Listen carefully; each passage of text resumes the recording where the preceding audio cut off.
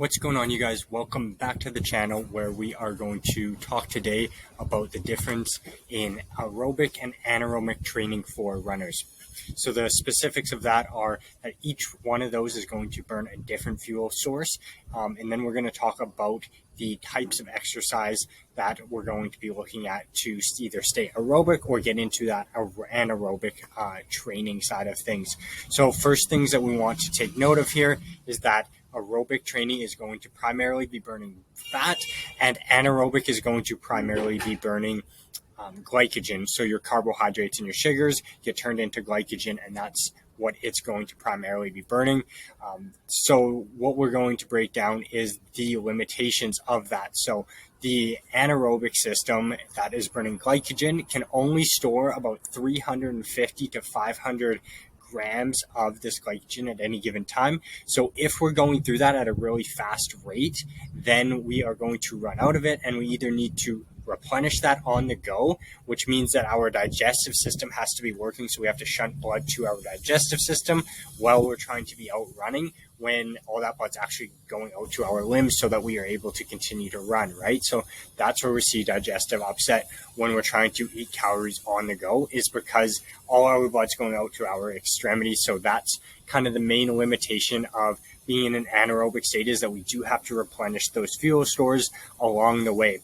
If we are storing somewhere between 350 and 500 grams of glycogen, that's translating to about 1,600 to 2,000 calories themselves. Whereas fat, if we're able to run off of fat, so now switching over to our aerobic system, then we are able to run much longer distances without needing to refuel in that same way, because because we can hold so much more body fat on us, and it translates to a lot more calories. So even if you take a smaller, leaner runner and take their fat stores, they're going to be sitting at around 20,000 calories, which is a huge comparison between the 2,000 calories that we have of glycogen. So we can start to see the importance of being able to burn body fat as a fuel source while we're doing those long endurance runs. It's because we have way more access to it. We can store way more, and our body, we aren't having to digest those fats on the go. We already have them in storage, and we can just start to pull directly from them.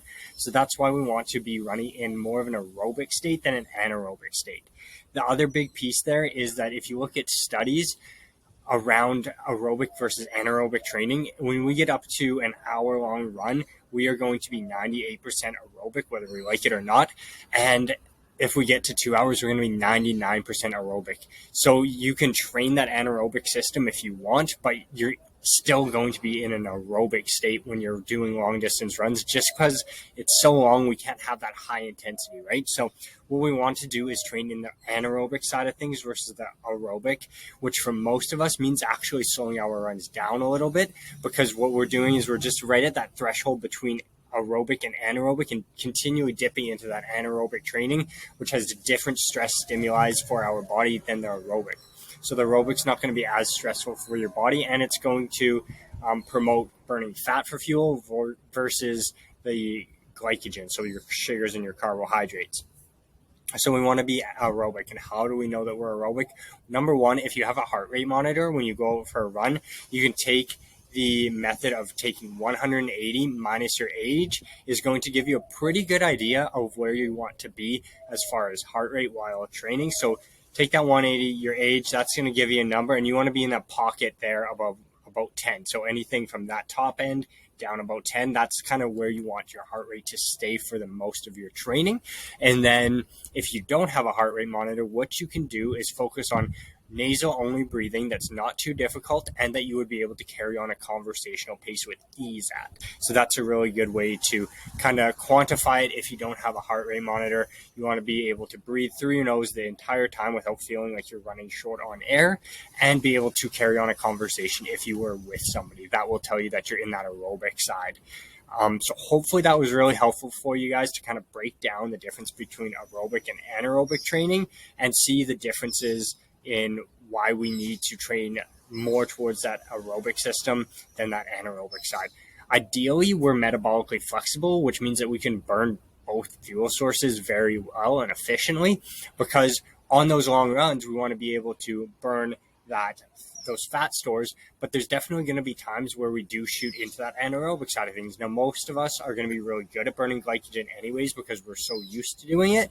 I don't know of anyone really that's not glycogen adapted, but there's tons of people that aren't fat adapted, right? So those are the main things that we want to be able to transition into, is more aerobic work so that we can get metabolically flexible and burn fats on our long runs, but still having that anaerobic